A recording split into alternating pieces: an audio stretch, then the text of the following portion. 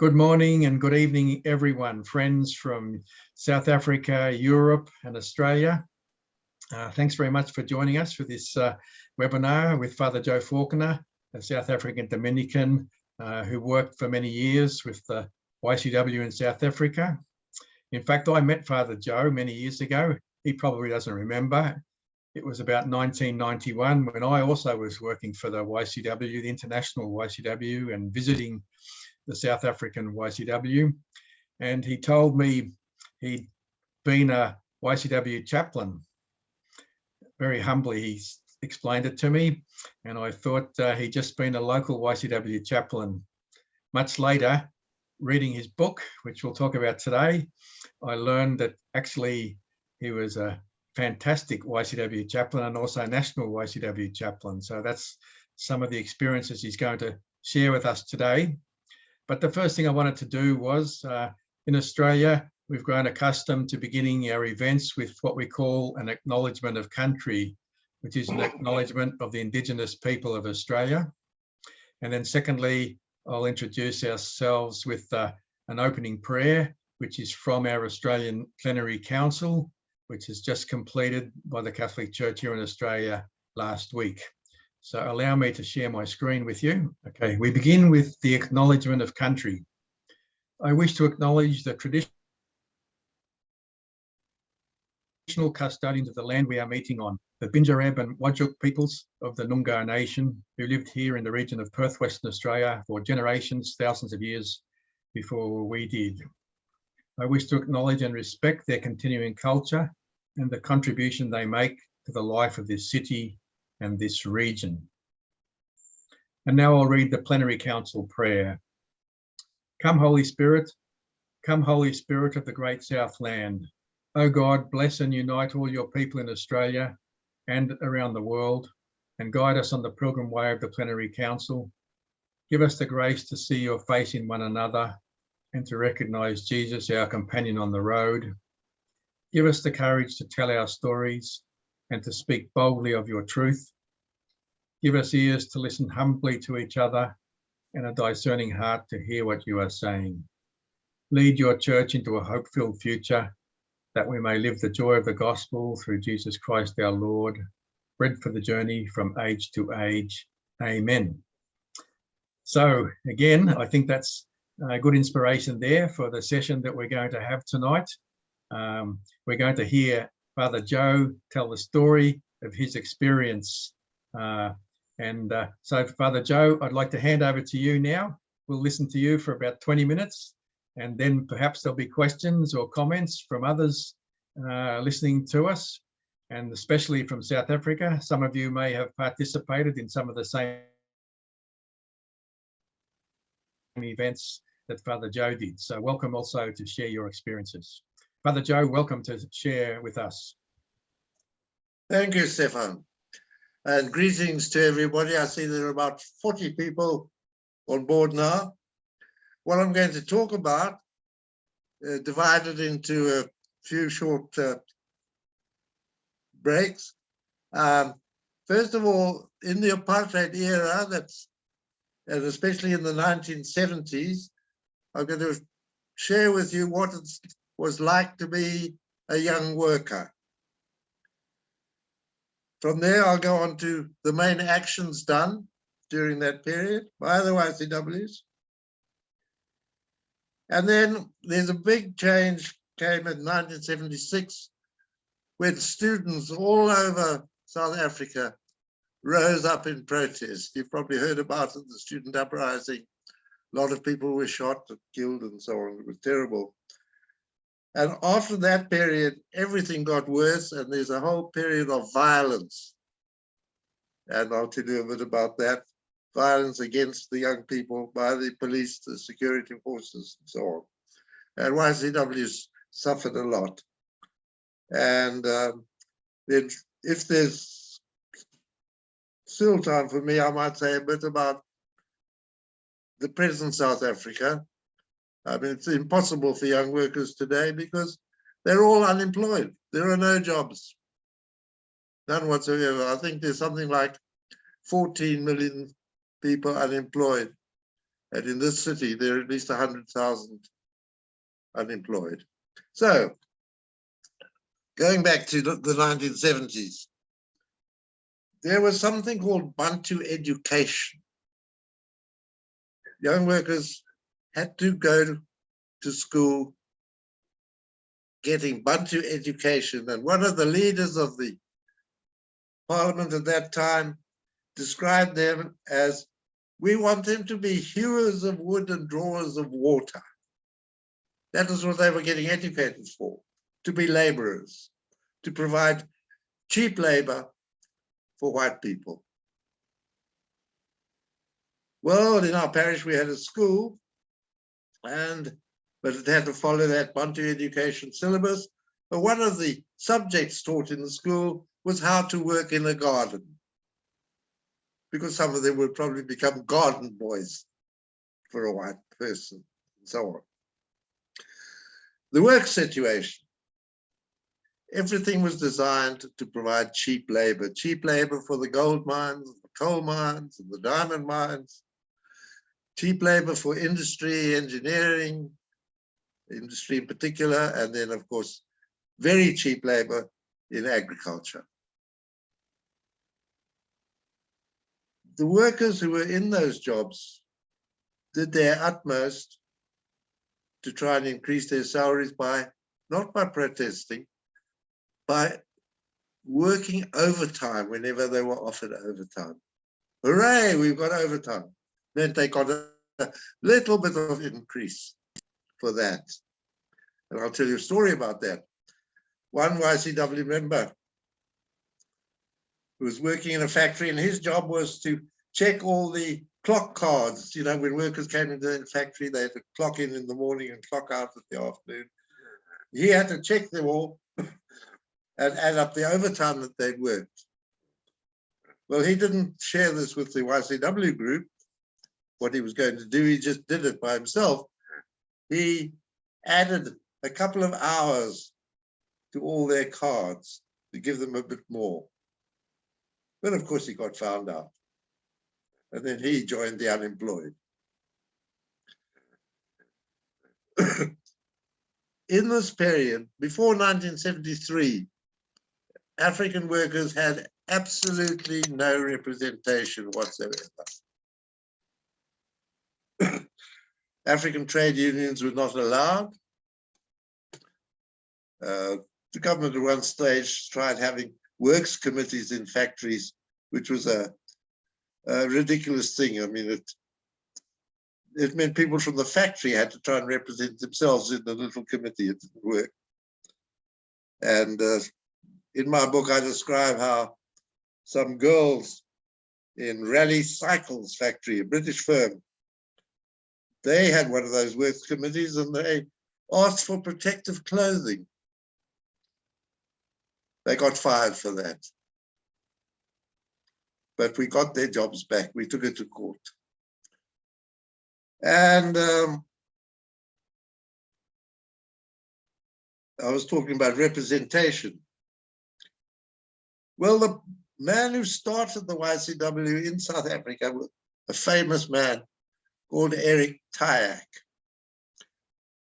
And at roughly about that stage, he was working with the Trade Union Council of South Africa. He was a married man. He married Jean Pugh, who was a YCW organizer. She'd come from the United States. But he was working for the Trade Union Council, which represented whites. And he walked out of there in disgust. And he started something called the Urban Training Project, which was to train Black workers what they could do to get representation. And the Urban Training Project produced something called the Workers' Calendar, which was used to do YCW actions all over the country. It was a calendar for the year, and the illustrations and diagrams on it were all about what steps to take, how workers could stand together and start taking steps and so on. And this campaign of the Urban Training Project helped the YCWs to become worker conscious, that workers should stand together. And that became a campaign of the YCW. But then, in 1972 and 1973, the whole country, black workers all over the country, started campaigning for representation. And the YCWs played a huge part in that. I'll tell you in a moment about what happened in my parish. But the YCWs produced their own means.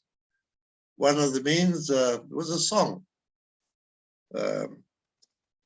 Marcus Rogers wrote the words of it, but I'll sing you the chorus. Genuine representation, genuine representation, genuine representation, genuine representation. That's all we want. All we want is genuine representation. Sorry, my voice is gone, but Marx has composed many songs. He was a fantastic YCW. The problem about starting unions, once unions got allowed, I think it was late in 1973, was that black workers did not know what a union was. And so YCWs found themselves, first of all, having to learn for themselves what a union was, then teaching that to others in their factories and so on. And in the parish I was in at the time, we became the base for all of this in that township. And with the help of others, we raised money, and we sent key leaders from factories to a weekend workshop run by the Urban Training Project, just to teach them what a union was. They thought, is it a political party? Is it a charitable organization? They didn't know what it was. So YCW then ran a campaign just on what is a union. And this was especially in my parish. And from there, 4 or 5 local unions, local industrial unions got formed by the YCWs. And about 3,500 people in that township signed up to one or other of those unions. Tremendous action. And the meetings were all at the church, and people were terrified of the security police. So what workers did, they would turn up to Sunday Mass. And I'm not talking about Catholics now, but these were workers in these factories, maybe belonging to some other church or no church, would turn up to our Sunday Mass with their wives and kids to confuse the security police, who might think they were coming to church because it was Sunday. And the wives and kids would go into the church, and the men would disappear around the side of the church into the classrooms, and the meetings would be held. And when Mass finished, they too would come out of their meeting. You had to disguise things. Then came, of course, May Day. May Day hadn't been celebrated in South Africa for many, many, many years. But Pelelo Magane, who was from that group with where I worked, he then worked at International, and he brought back the idea that we must have May Day.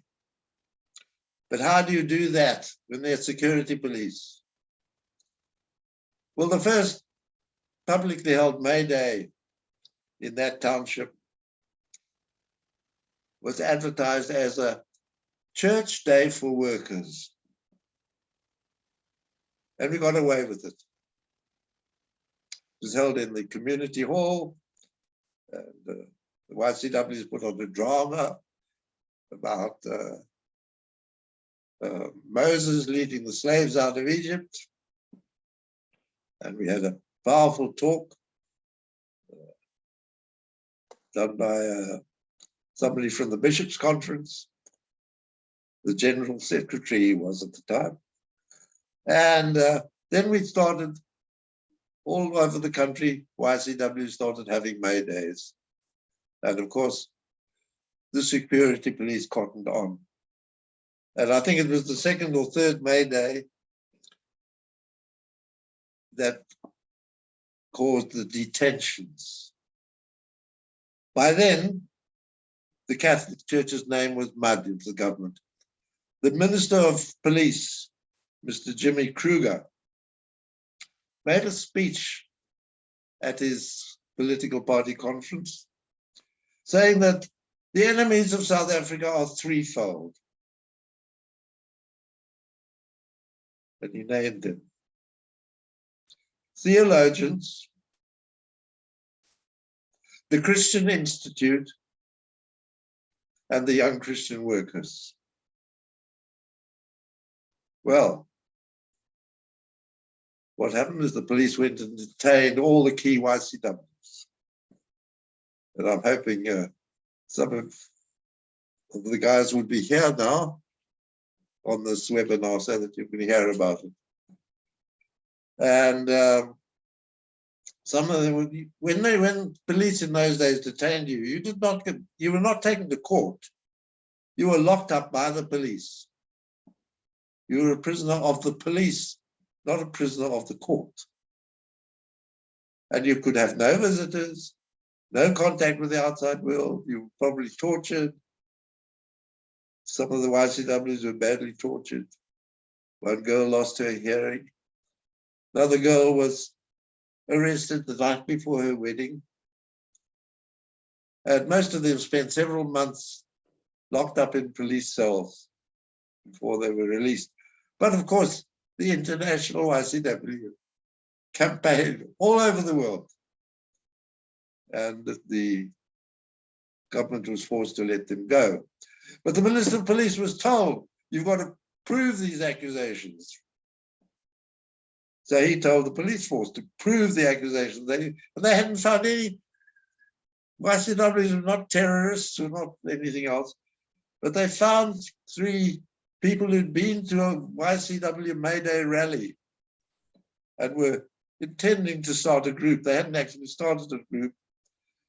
And they'd gone to a funeral of a friend of theirs.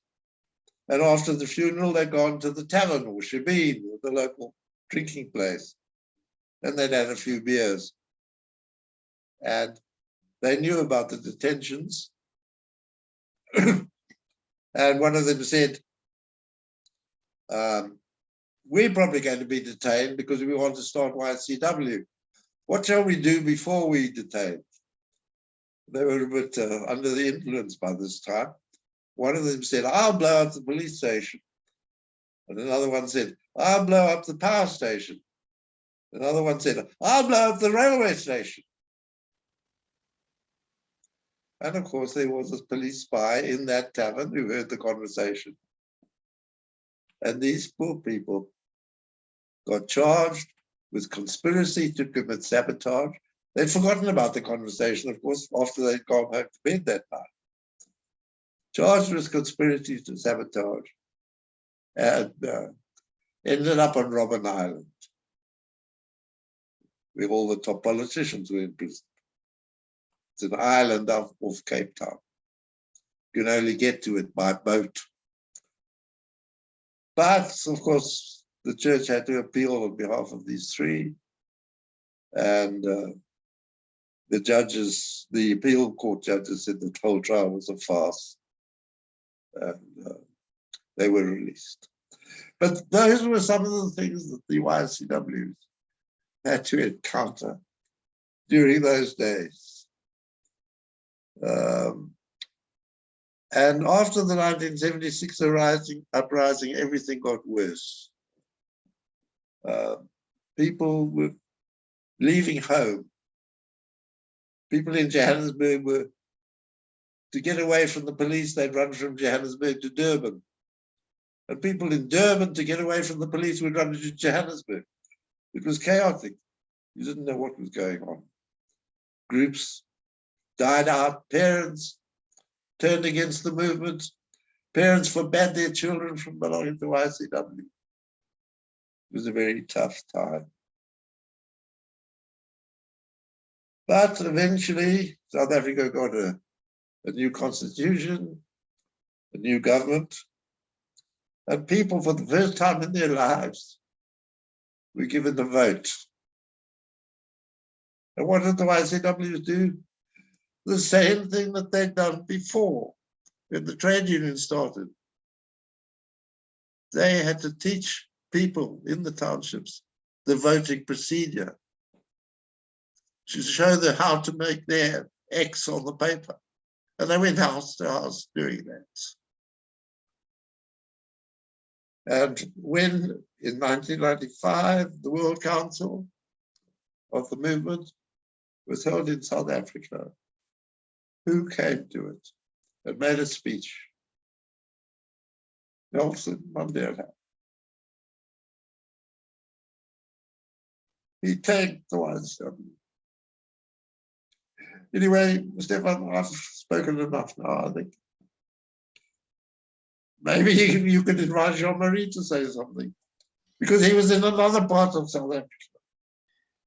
Yes. Well, thanks very much for that, Joe. Yeah, look, as you said, that's kind of just a brief, very brief introduction to everything that you've done yourself. In fact, you haven't so much spoken about what you did, but about what the YCW did. But I can tell you from my experience with YCW that, or as Cardijn used to say, the chaplain is everything but nothing in the movement. So when I see what some of those leaders from the South African YCW did, I know it gives me some glimpse into your own role in all that work. But yeah, look, there's much more to share. And I do invite Jean-Marie and others from who were involved in the South African YCW to also share your experience, or others may wish to pose questions. But before we do that, I'll just mention, as in the chat, I've put the link to Father Joe's book, and you can buy that online, and you'll be able to read his whole incredible story, and also the story of the YCW in that book. And he also just mentioned Father Nelson Mandela's speech. We've also got that on the Joseph Cardijn website. So the link to that speech there is also there. Yes, fantastic book. I totally recommend that you read it, and we should make that known as much as we can. Anyway, I'll just see, is there anybody who'd like to share a few comments or ask a question at this point? If you can, feel free to intervene, because I may not be able to see you on the screen. Would you like to say anything, Jean-Marie, from your experience?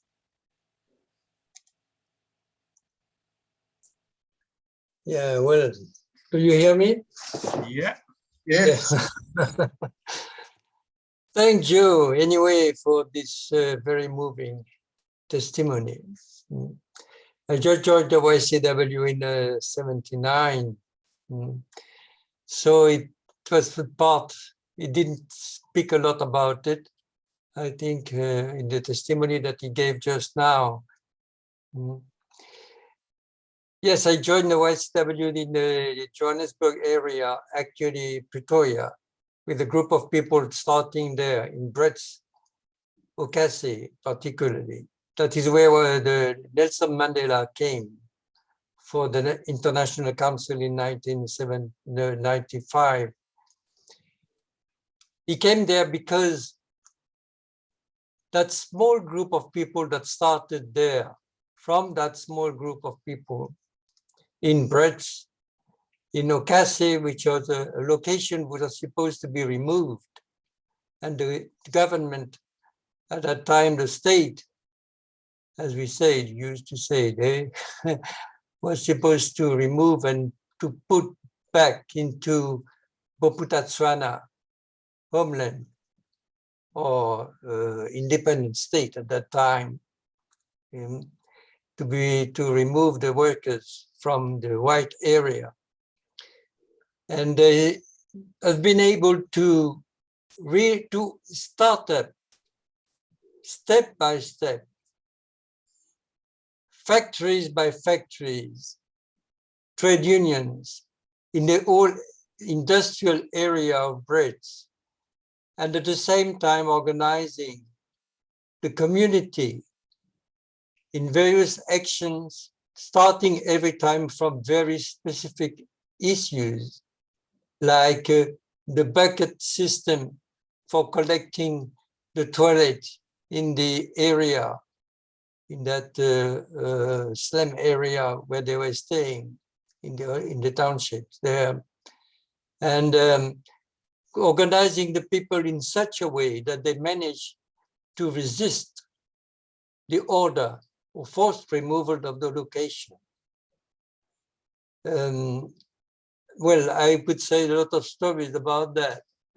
From that small group of people that started the YCW there in Brits Okase, emerged 5 full-timers for the trade unions.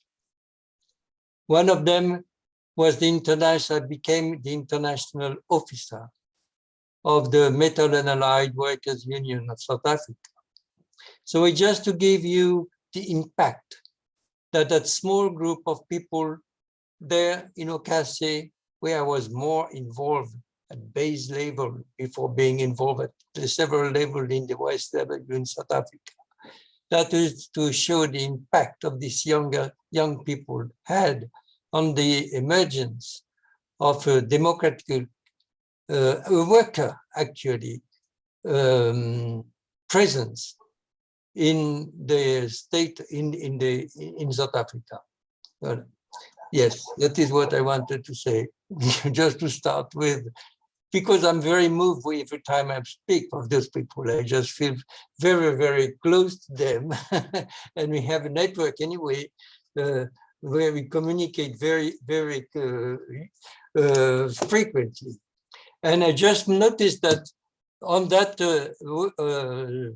action and history of that small group of YCW in Okase, in Brits Okase, the Johannesburg University, Department of Sociology or something of that kind, made a book that is reporting about the impact of these young people on the struggle of South Africa. A book called Bonds of Justice, The Struggle for Okase. That was made by a lady called Kelly Forrest. That is. Okay, I'll stop there. Thank Joe anyway. And I was so happy to see you again.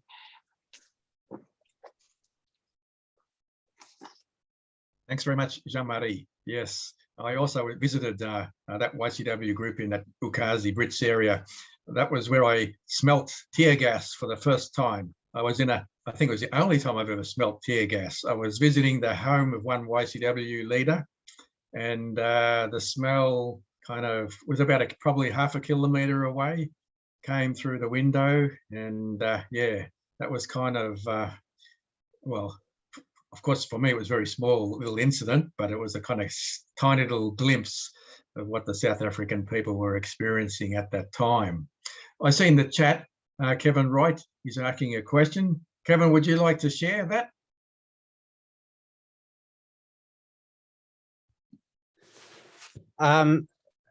Yeah, I just, it was good to know that Joe was coming on. I haven't had the links with the working unions, but I was involved with student unions, and I think a common connection might be Father Albert Nolan. And I did have friends who ended up in detention and you know, and so on. But it does really worry me, I guess, that that all those good efforts sometimes are sidelined by political factions. And I wondered about whether YCW still has a role or whether it's been sidelined.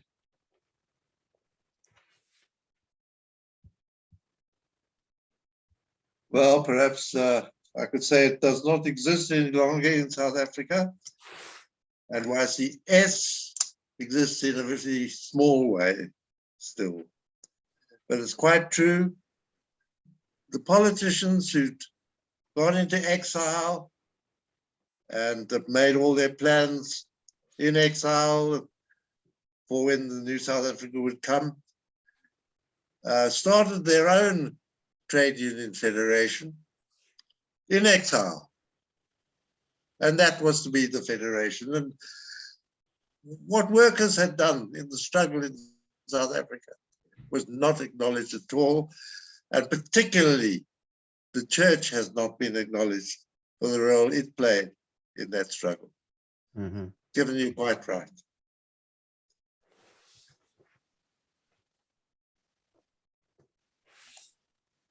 Yeah, it is a challenge around the world. The situation, for example, here in Australia, yes, we still have the YCW, but it's always a struggle, and it's also a struggle currently for the YCS as well. So yeah, that's certainly a thing. I don't know, it goes beyond this webinar, but hopefully we can draw inspiration from the example of our predecessors. I see a couple of other people from South Africa there. I don't know if you'd like to share a few words. Jacob Charco, would you like to say anything, Jacob, if you can hear me? Or Nora, I see Nora is there. And who else was there a minute ago? I saw, I think Archie has disappeared, but if you'd like to share, welcome, now is the time. I'm still here, Nice, Stefan. Archie, yes, good to hear you. Yes. Yeah. Look, thanks to for Joe and John Marie that I can recognize, and it has been quite a journey. And as Joe is saying, I mean, most of the major rallies we held them in the church, and even though the police attended the church service, they got bored because we start with mass as the original mass at the church, and only the readings where we made speeches. And by that time, the special branches, we call them security forces, would have left by that time because it would have been a full mass that was attended. Also, I think we made use of the church after mass to educate and recruit the young workers from the church. And the church then began to be filled because people knew that after mass, they then get educated about worker rights, where we use the learn and teach, where we use the black search, which was able to fight a number of cases. And one such case was the Section 10. In South Africa, if you were coming from rural areas, which we call the labor sending area, you would not be allowed to work permanently if you did not have a Section 10. And the black search for that case, which is commonly known as the Khotso Section 10 case, which then dealt away with the Section 10. And any migrant was able, as a result of that fight, to now receive permanent residency. So if you're a migrant working in Johannesburg, for example, you were no longer to renew your contract because we're done away with Section 10, which was one of the exciting points. But lastly, when it came to recruiting workers at the factory floor, where they were not allowed to come to meetings, we then had to organize on a Sunday for them to meet at a church. And we would then issue recruitment forms, would then also elect the structure. As Joe was saying, we were to do away with liaison committees, which were not fully representative of the workers. They were simply appointed by management, and they became toothless in getting worker rights at the shop floor. And I think we're missing that link, Joe, with the current trade union movement. The trade unions today, particularly in South Africa, they become more resource-oriented. In a certain way, we can say they are more pockets. They're looking for their own pockets as opposed to representing worker rights. Mm-hmm. And that is what we're seeing, the trade union movement no longer fighting for what is key to their members. And that's why we see today the very same unions that will be angry. They'll go to the shop floor and destroy what is their work for tomorrow. We've seen also workers in the health sector that will go to the hospital when they are on strike.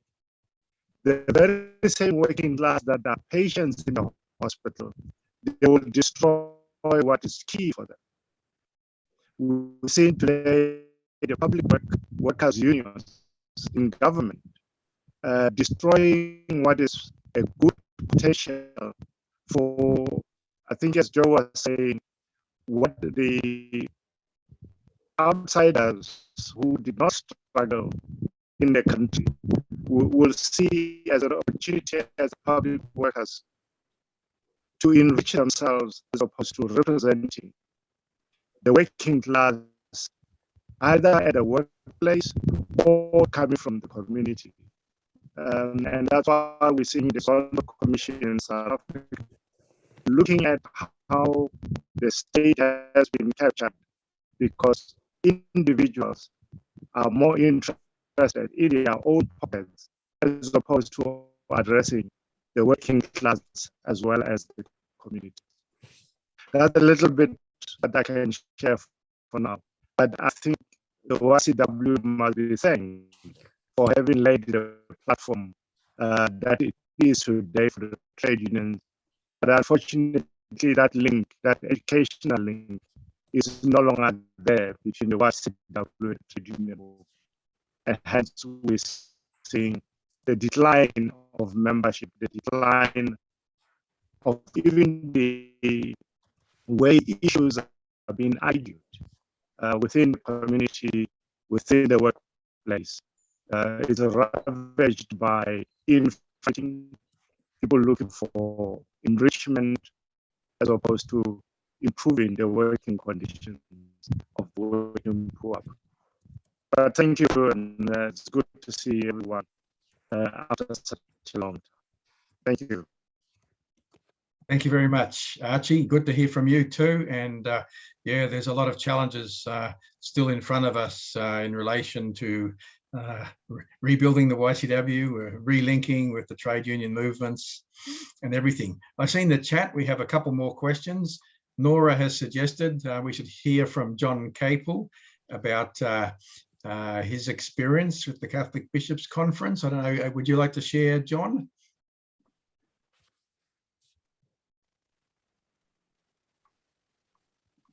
And also there's another question then. Jacob says he's unable to speak because he's traveling at the moment, but he's listening in, and he says, thanks for the testimony. And he's posing the question, what lessons can we draw from the activism of YCW in apartheid South Africa for the current struggle of racial justice for First Nations people here in Australia? Yeah, well, there's a big question. I don't know if anybody would like to pick up on that. And Kevin also. Kevin, if you don't get anyone, I'd like to say a little bit about John Capel. Sure. Yep, go for it. Okay. For everyone's benefit, John Capel joined the movement, the See Judge Act, YCW, YCS movement, when he was still at school. And he's now getting on in years, and he has never stopped. He has worked full-time all his life in one or other capacity. For the workers, he was secretary of the Church and Work Commission of the Bishops' Conference. And then he started Benchmark South Africa. And they have devoted themselves to helping mine workers. They negotiate on behalf of mine workers with big companies. They do research, and a lot of research into the health problems of mine workers and so on, which they then feed and make available to everybody else. John, if you're there, please switch on your mic and say something. Okay, I'm here. I don't know what to say. Yes, I joined the Young Christian Workers. Sorry, John, can you turn on your video, your camera, if you can? Are you able to? Okay, let me just see if I can. I'm not sure if I can. I don't know where to go to do it. I'm on my phone because we've got power shedding down. My laptop's in for repairs. No, I'm trying to. Let me just. No, I can't. We'll edit that out of the video. But if you can't do it, don't worry. Just feel free to share. I'm sorry about that. I know it's, no problem. It's better. We'll listen to you. We'll listen to you. Yep.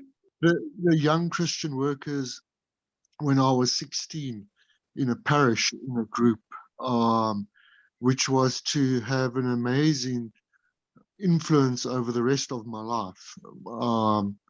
And it really set the course of my life. I didn't know it at the time. And I remember, and then I became an organizer when I was about 19. And I organized until the age of 26 in the Young Christian Workers. And at the time, I used to say to Mzwandile Roddy Nunes that I wish, that we could continue to do this kind of work, but now I'd have to go and look for a job. Because we never believed that we could really devote our lives to this kind of cause, that would end up having to find some kind of other sort of work and income. But somehow, with the grace of God, in many, many ways, I was able to continue this work throughout my life. And I give thanks to all the people, and it's so lovely just to hear Jean-Marie Dumatir speaking there, and especially Joe Falkiner, who, and he mentions church and work, but if I didn't have Joe at my right-hand side in church and work, I doubt we would have achieved and done all the great work that we did there over the 11 or 12 years that I was in that particular position. And the Benchmarks Foundation, yes, I set that up along with a board, a steering group that became the board. And the Benchmarks Foundation really did research on mining and the impacts on communities and workers. So it looked at the two sides. It looked at workers and it looked at communities. And often communities bore such a huge brunt. And I think over the years, what we achieved in the Benchmarks Foundation was to lift the lid on mining companies. They were producing what we can call these great sustainable development reports that all look good at the surface level. But if one dug a little bit deeper in and started to see that this was more of a public relations sort of exercise to create a perception in the mind of the public and investors that they were responsible. And it took us many years to blow that lid off and to change the course of that debate and discussion, where all of a sudden lots of other organizations also sprung up in and around looking at mining and sustainable development and corporate responsibility and what does that mean. And it was actually the churches that during the days of the sanctions globally that got together, and I'll try not be too long, but originally at the Earth Summit in 1992 and thereafter in 1998, in a big conference in London, developed a measuring instrument. They said, we are going to look at our multinational companies all around the world, and we're going to measure them. And they developed a book called The Benchmarks Principles for Global Corporate Responsibility, Benchmarks for Measuring Business Performance. And I think that tool has come in highly useful and should be used throughout the church when trying to understand what is social responsibility, what is sustainability, who should sustainability be directed at, and how, you know, and how do we put pressure on big corporations to start doing the right thing.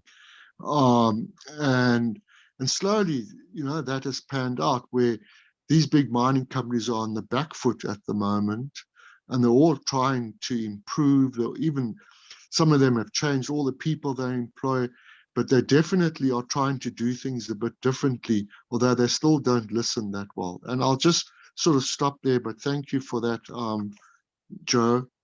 And Jean-Marie, thank you so much for your great input and the work that you did here in South Africa. Thank you so much. Thanks very much, John. Great to hear from you too. Perhaps later you could share, when you've got your computer back, if you could share some of those documents that you're referring to. I'll do my best to share them here in Australia, because I'm sure many people, we face similar challenges with our huge mining industry here in Australia, particularly in Western Australia. So yeah, I'd be very interested to see some of those documents. Funny enough, we have partners in Australia. So if I can, you know, if I can just give you my email address quickly, sorry. JCAPEL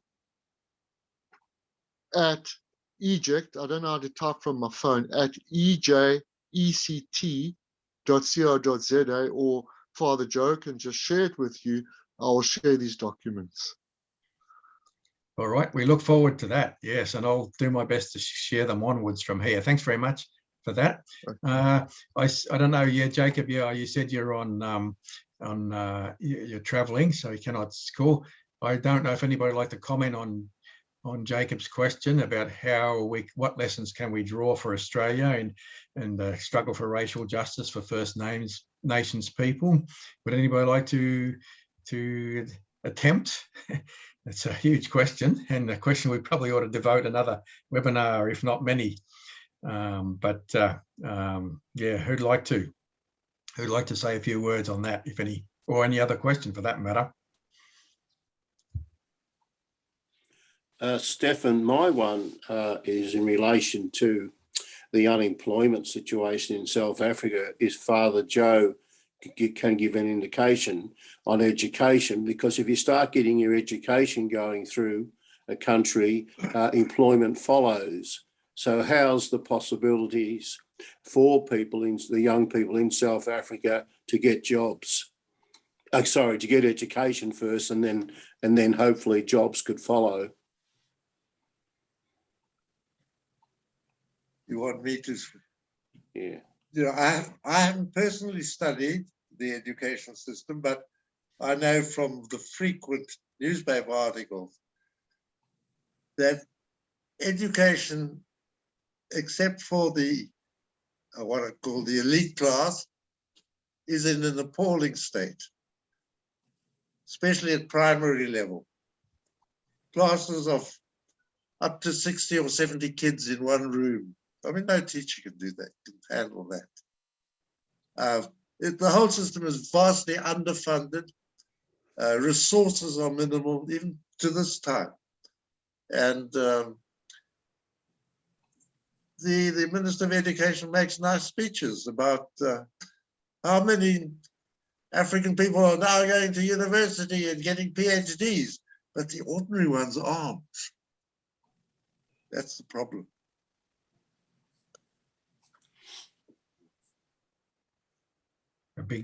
Another big challenge there. Yeah, all right. Well, any other questions or comments that people would like to make?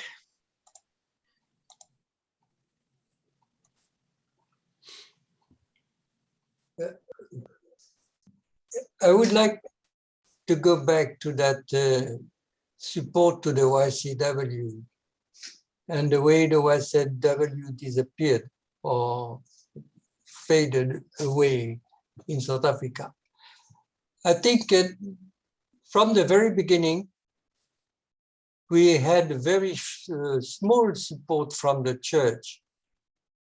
There was very few chaplains in the YCW in South Africa.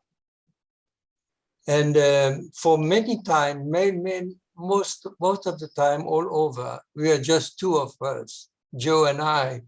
If I don't forget Ben, of course, at the time when he was still working and involved, and Dave also. And after that, we didn't manage to organize and to motivate people to support the YCW. I think the YCW was not understood in any case inside the church, except from a few handful of bishops at the bishops' conference. And after that came the problem and the tension between the church and the YCW at international level, with the split that occurred at that time in 87, I believe. Stefan was part of the story, of history in that case. And from that time, I believe that little by little, the YCW was dropped out of the church. And we just continued in our own. Of course, YCW was totally ecumenical, the way they were recruiting people. And we tried many times at the end of, by the 19s, the end of the 90s, to get some support at ecumenical level from the Council of Churches. But we didn't manage, except that we tried with Rodi Nunes. For a short while, we had some students at the theologian students to help us, but we didn't manage. And we had the YCW without any support. That is one of the part of the story. Yes, that's another big part of the story. Actually, it's very interesting what you say. If I can also add a few comments, what you say about the kind of lack of understanding of the YCW. It reminds me of a paragraph in the biography of Cardijn written by Margaret Viver and Jacques Miert. And they say one of Cardijn's struggles during the Second Vatican Council, or at that time, was that among the bishops, well, not among the church generally, there was a growing tendency to see evangelization in a very narrow kind of religious sense. And this was a big concern to him, rather than a more holistic sense, looking at the whole of people's lives. And when I look back at that statement now that of Cardijn's fear back in the 1960s, I feel that was a prophetic comment that he made, because certainly I feel living here in Australia again now, it's very difficult for people to understand the YCW. Evangelization is understood in a very evangelical way. And to talk about trade unions would be certainly not be seen as part of the work of the church by many people anyway. So it's a struggle really to get back to that holistic understanding, or to develop it so people can understand the YCW. I don't know if anybody else would like to make any comments on any of that. Nora, I see you've made some comments in the chat about unemployment. Do you want to share those? Yes, South Africa is one of the most unequal countries in the world. And we have 70% unemployment amongst the youth. And at the same time, we also have a huge informal economy. Maybe about 40% of our economy is actually informal. And that means people are living at a kind of subsistence level, the majority of the people, with a great deal of food insecurity and so on. So one of the campaigns internationally should be towards food sovereignty, where to encourage people to try and become, to turn back to the land in terms of sustainability, to protect our water sources. And here in South Africa, I mean, there's one mining company by the Umfolozi Game Reserve, which is a famous game reserve. Internationally, it's where the rhinos, the first protection for rhinos, for example, but it's also a historic hunting ground for Shaka, the King Shaka of the Zulus and so on. I mean, there was one river that's actually being killed by this mining company that actually was an Australian mining company who set up a coal mining without passing the correct environmental permissions and regulations. And there's been a long-standing court case, actually, even now it's ongoing. The Tyndale Mining Company it creates so much coal dust that it lands on the vegetables of the people living around what should be a game reserve protecting indigenous vegetation and wildlife and so on. And so even the zebras and the antelope eat the dust off the vegetation. But anyway, that's another whole story. But just to say that, people who resist on the ground, these ordinary people, are under attack. I mean, civic activists are being killed here in South Africa even now. The Abahlali Basimdundolo shack dwellers movement are consistently under attack and being killed. Another mining company with connections to Australia down in the south coast, in the Wild Coast area, again, that one of their civic activists was killed. So there's an ongoing struggle here in South Africa where the church, again, seems to be sort of have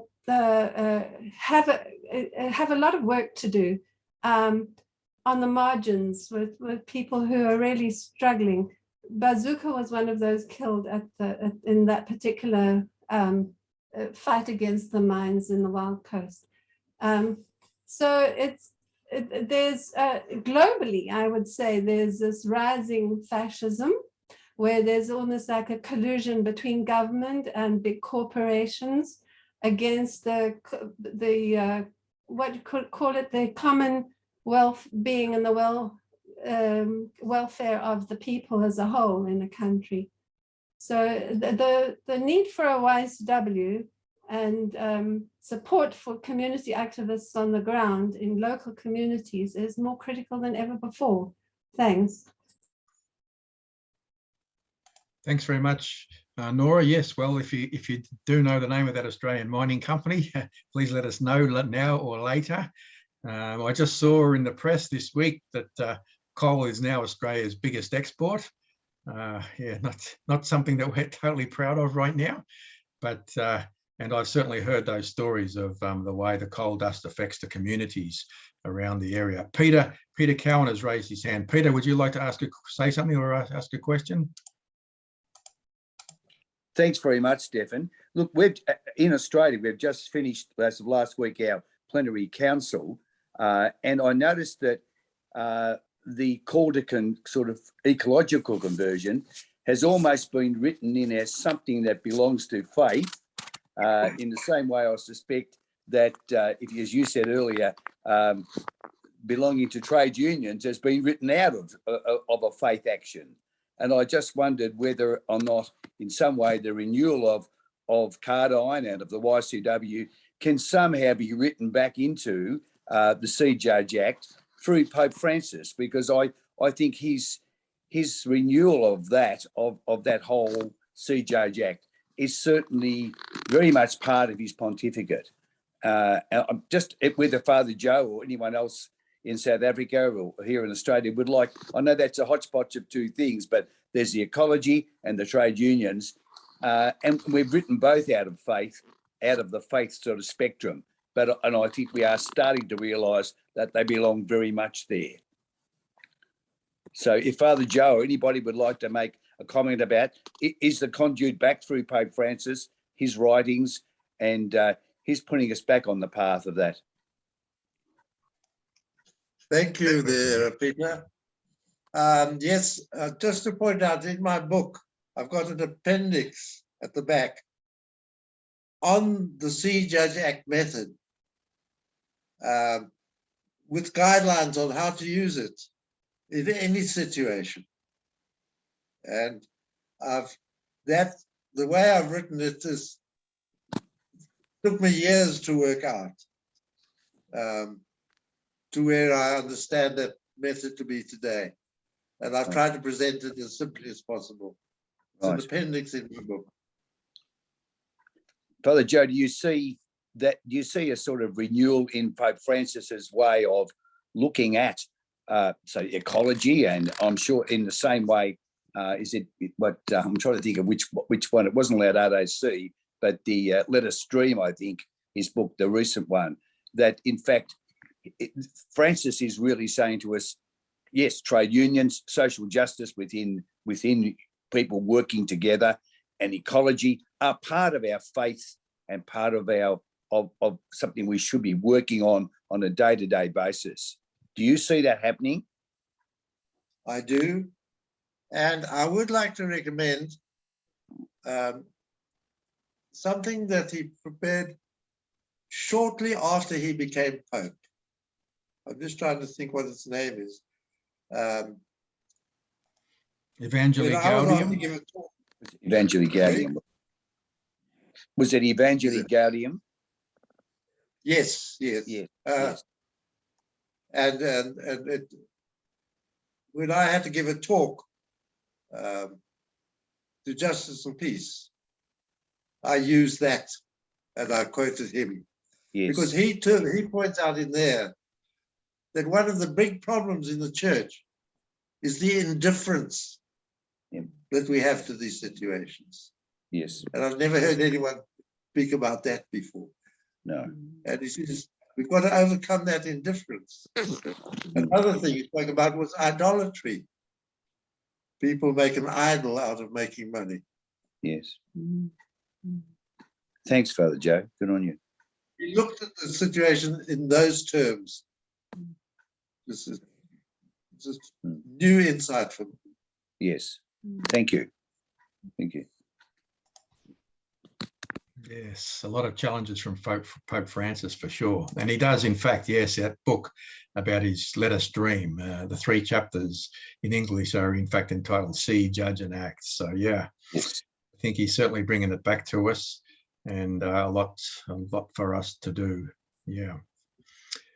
Any other comments or questions? Please feel free to jump in, even if I cannot see you. Hi, Stefan. Yeah, David, go. Yeah, I've got a question. I'm interested in this question of the evangelization versus work. The bishop's their job is to get people into church. I think most of them would see it. You know, how do we? My question is, could the YCW and the whole social justice side of the equation, do more to articulate the religious dimension of what they're doing, either through the gospel or just telling stories of that might appeal to that religiosity of the bishops. Is there any, has that ever been I mean, obviously the priests do that, but it just strikes me that there's a disconnect between, in Australia anyway, between the people, young people who are into justice and don't see any relevance back to the church, and the people and the fewer young people who are in the church and don't see any relevance of the church to justice. And it just seems that maybe there's a need to articulate rather than, you know, to articulate the religious dimension of what's happening. Would anybody like to respond to that? Including Father Joe, of course, yeah. But you don't have to, can also be others might like to jump in. I can say a couple of words on it maybe. You know, I think in a way this also can be related to what Jean-Marie said about the lack of chaplains, or in the Australian context now where people speak about mentors, you know, or whatever the other term might be that might be used, lay chaplains or something. I mean, how can people articulate it in faith terms if there aren't the people there to help them to do that? And I think, to me anyway, that's a real big need. Yeah, anyway, we can't solve all the problems tonight, but if you ask me what's the biggest problem for not only the YCW but also the other movements such as the YCS and the like, is the lack of those people to you know, who have that training to be able to do that. I don't know if anybody else like to make any comments on it, but without, you know, I did mention at the start about Father Joe, you know, Cardijn's statement. The chaplain is everything but nothing in the YCW, which also means that without the chaplain, there's no YCW. And I think the last 30 or 40 years experience in Australia and elsewhere has pretty much proved that.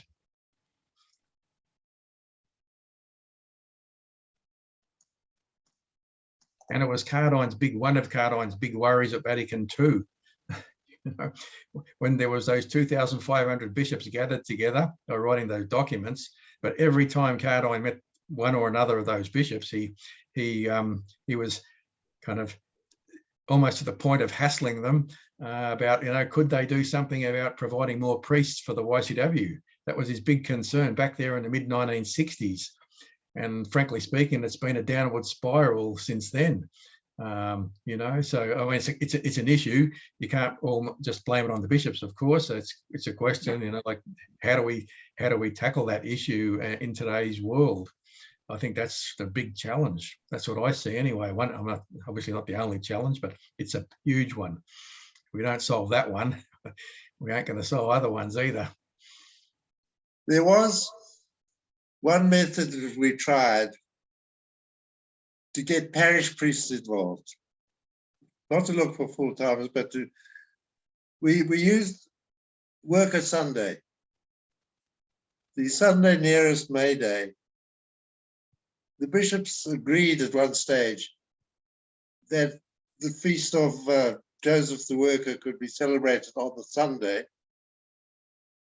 And then in the Church Work Commission that John Capel was talking about, for years, we produced material which was distributed to every diocese and from the diocese to parishes. And many parishes did have a Worker Sunday once a year. And through the material that we provided them, we made suggestions like, instead of the sermon, get a worker to say something about his or her life. We made suggestions about the prayers of the faithful. We made suggestions about what could be said in a sermon.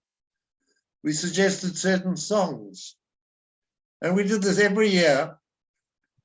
And then, unfortunately, one day, and John was coordinating all that, John Capel. And unfortunately, one day there was a new president of the Bishops' Conference, and he just cancelled that commission, just like that. And that's when John had to do something else and started benchmarks.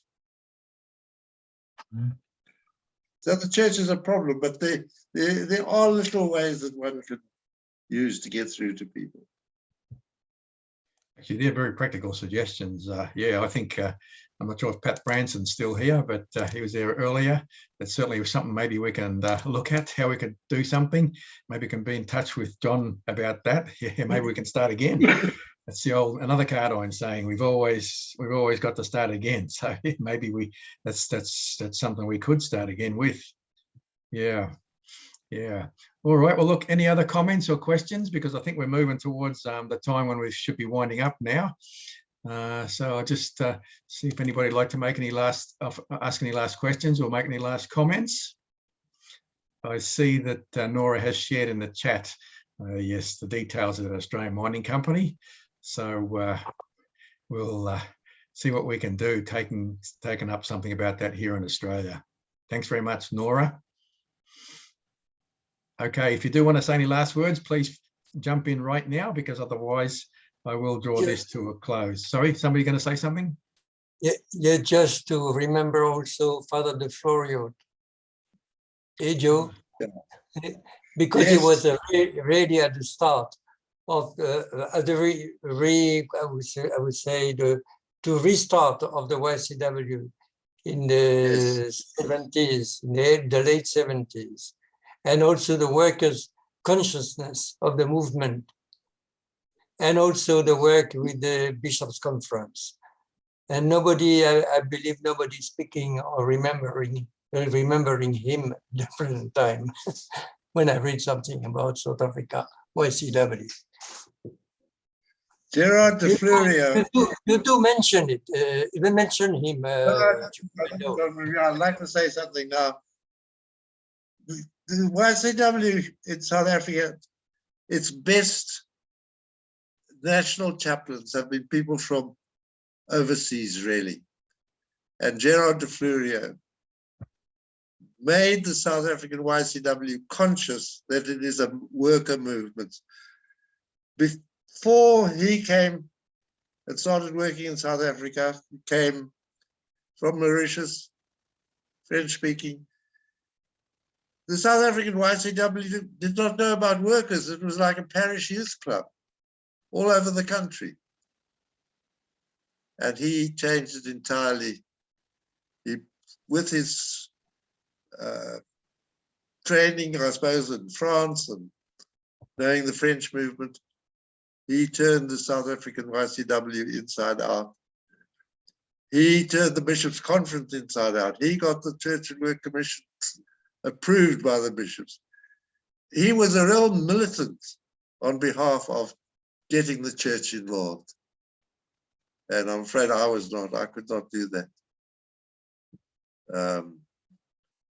I tried with a few bishops, but didn't get very far. Gerard De Florio, he retired from South Africa. He left South Africa and went to Mauritius. Thank you for that, John. Yes, that's a good point. Nora has shared in the chat his name, Father Gerard De Florio, and he's got some important historical documents. Actually, it's interesting, you know, like having this discussion between Australia and South Africa. We play rugby and cricket against each other, so we've got that level of sporting cooperation. So perhaps, I don't know, I humbly suggest, I don't know, maybe after this little event tonight, we can, if others are interested to continue to be in touch, maybe we could see what sort of links we could build for the redeveloping of the YCW and the worker movement and the lay apostolate more generally. So that's sort of one little inspiration I've got out of our discussion tonight. But I think now we've been going for more than 75 minutes now. So I think, Father Ryan, would you like to make a couple of comments? I see you got a couple of comments in the chat there. Your mic is off. Your mic is off, Father Ron. Your mic is off. Sorry, I put my comments to the chat box. I'm very grateful to Father Joe, and especially to the YCW influence on my own youth and the impact that's had on my priesthood over 50 years. Maybe not in an official YCW framework, but real, very much nevertheless. we mustn't discount that. Thanks all. Thank you, Father Ron. Well, I think that's also very nice concluding words. The spirit of Cardijn lives on subtly and powerfully in many hearts and places. So I think at this point, I'd just like to thank Father Joe. Yeah, wonderful sharing, inspiring, and leaves us with many challenges and questions that we can pick up later and work on.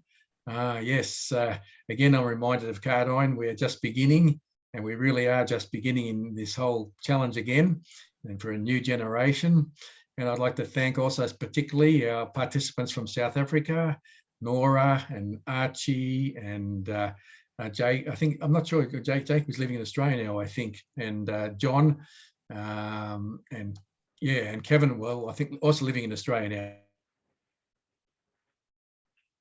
now. So we really do have a lot of links between our two countries. So that'll be my wish in following this meeting, that hopefully in the future we can continue to develop some of those links together. So thanks very much to everybody for joining us.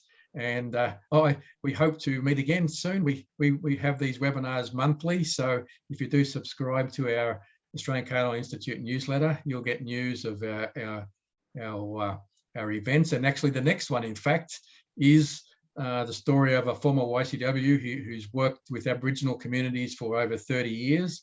And he's now working particularly on Indigenous science. So he's going to share some of his experience on that, documenting, which is obviously getting lost along the way, or much of it has been lost, the Indigenous knowledge of the country.